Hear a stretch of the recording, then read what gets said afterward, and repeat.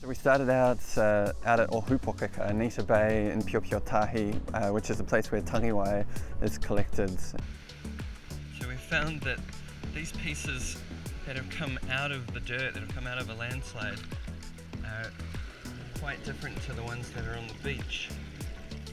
So we're just washing the dirt. Journey began with kaumatua coming in by helicopter, which was just awesome to be there combing the beach with them, hearing some stories, passing on some tips on how to keep the sandflies away.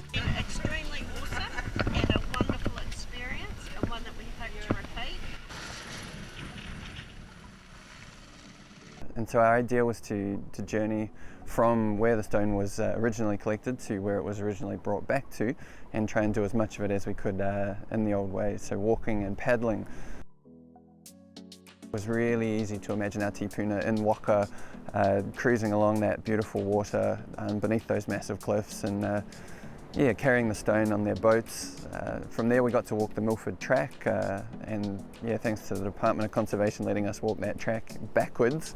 We went from hut to hut and carried it up over Ōmānui, and then down to Lake Te Waewae. So at that point, I think probably the highlight of the trip was meeting up with the waka armour crew. We had the Ōraka Aparima boat and also a kahununu boat. We strapped them together, so we had two 6-person craft, and then yeah, 12 paddlers hoy in the water and all the way across Lake Te Waewae, and then across Lake Moko, which is the old name for Manapōuri.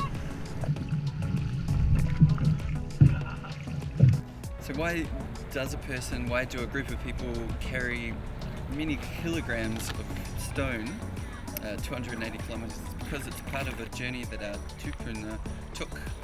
They've been walking these trails, they've been paddling these lakes, carrying the stone for many, many hundreds of years. And so it's a way of us just remembering our tipuna, remembering what they did, and connecting us to all the places where our ancestors lived.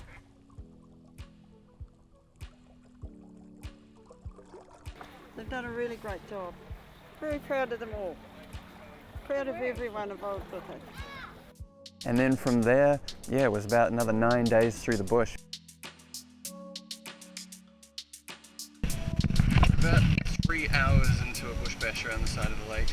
4 hours into it. 5 actually. 5! Okay, we're going a long time. We've been scrambling and falling and slipping and bashing and getting scratched to bits, and the whole time that we've been doing it just meters away, the lake has been teasing us.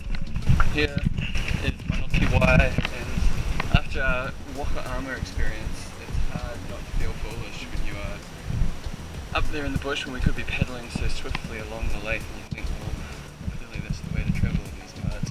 Next time, pack raft. And then we came over Ōkaka, the Hump Ridge, which is one of the great waves that sunk the Takitimu waka in these parts, and from there we arrived at Te Waewae Bay.